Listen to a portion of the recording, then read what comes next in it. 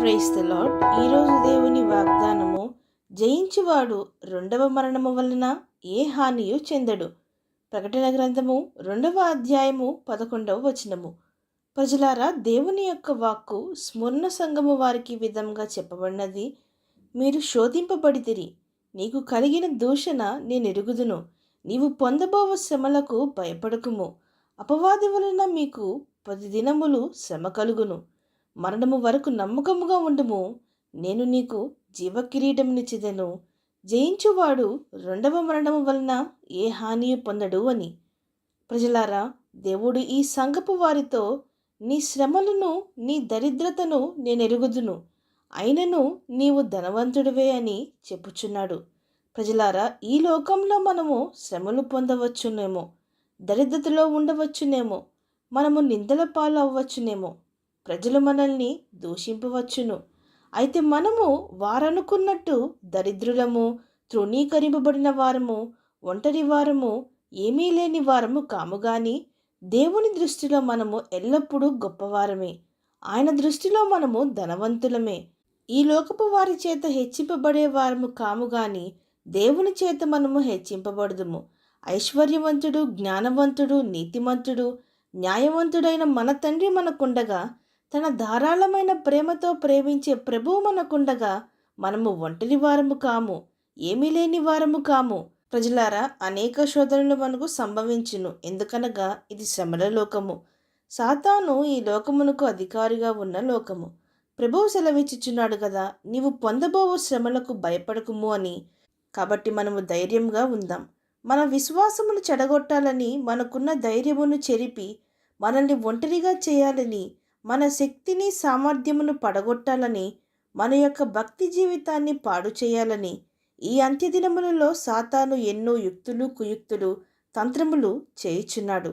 అనేక విధములుగా మనల్ని శోధించుచు, కలవరపరుస్తూ, గొడవలు పెడుతూ, శారీరకంగా, మానసికంగా వేధిస్తూ, కలహాలు రేపుతూ, నిరాశ నిస్పృహకు గురిచేస్తూ, మన యొక్క పరిశుద్ధతను పాడు చేస్తూ, అనేక విధములుగా మనల్ని శోధిస్తూ, హింసిస్తూ ఉన్నాడు. అందుకని మనం వాటికి భయపడవలసిన పని లేదు. మన దేవుడు మన యందు ఉన్నాడు. మరణము వరకు నమ్మకముగా ఉండమంటున్నాడు. వచ్చిన శ్రమలకే దేవుని యొద్ద నుండి, భక్తి నుండి తొలగిపోయి సాతానుకు చేరువు కాక, మనకిచ్చిన ఈ రక్షణను, మన దేవుడను, విశ్వాసమును గట్టిగా పట్టుకుందాం. జీవ కిరీటమును దయచేస్తానని ప్రభువు సెలవిచ్చుచున్నాడు. అంతేకాక రెండవ మరణము అనగా ఈ లోకంలో మరణించే మరణము కాక, తీర్పు తరువాత సిద్ధపరిచిన రెండవ మరణము అగ్నిగుండము. జయించువారు దాని వలన ఏ హాని చెందడు అని ప్రభువు సెలవిచ్చుచున్నాడు. ప్రజలారా, ఆ రెండవ మరణముకి పాత్రులుగా చెయ్యాలని సాతాను ఇంతగా విచ్చలవిడిగా జనములను పోగు చేస్తున్నాడు, మోసపరుస్తున్నాడు. అట్టి మరణమునకు మనము గురి కాకూడదనే ప్రభువు తన రక్తమును కార్చి మన కొరకు మరణించాడు. ప్రజలారా, కాబట్టి అట్టి రెండవ మరణము నుండి తప్పింపబడాలంటే ఈ లోకంలో పరిశుద్ధంగా, నమ్మకంగా, దేవుని సాక్షులుగా అంతము వరకు జీవించాలి. అట్టి కృప దేవుడు మనకి ఇచ్చునుగాక. ఆమేన్. విశ్వసించిన వారు నాతో పాటు ప్రార్థనలో ఏకీభవించండి. ప్రార్థన. పరిశుద్ధుడా, ప్రేమగల తండ్రి, ఈరోజు మీరిచ్చిన ఈ వాగ్దానమును బట్టి మీకు స్తోత్రములు. దేవా, జయించిన వారు అనగా ఈ లోకంలో వచ్చే శ్రమలను, సాతాను శోధనలు తట్టుకొని నిలవబడి మీ సాక్షులుగా అంతము వరకు జీవించిన వారికి జీవవృక్ష ఫలములను భుజింపనిత్తురన్నారు. రెండవ మరణమున ఏ హానియు చెందడు అన్నారు. మన్నాను భుజింపనిత్తును, తెల్లరాతినిత్తును అన్నారు. జీవ కిరీటమును ఇచ్చెదను అన్నారు. జనుల మీద అధికారం నిచ్చెదను అన్నారు. ఇలాంటి అనేక వాగ్దానములు ఇచ్చారు.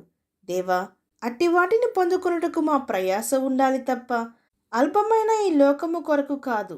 దేవా, అంతము వరకు మా చేతిని విడువక నడిపించమని, మా శ్రమల్లో మాకు తోడయ్యుండి జయించుటకు శక్తిని దయచేయమని వేడుకుంటూ, ఆ రెండవ మరణమునకు మాలో ఎవరునూ పాత్రలు కాకుండా రక్షించమని ప్రార్థిస్తూ, సమస్త మహిమాగంతులు మీకే చెల్లిస్తూ, ప్రభువైన యేసుక్రీస్తు నామం పేరట అడిగి వేడుకొంచున్నాం పరమ తండ్రి.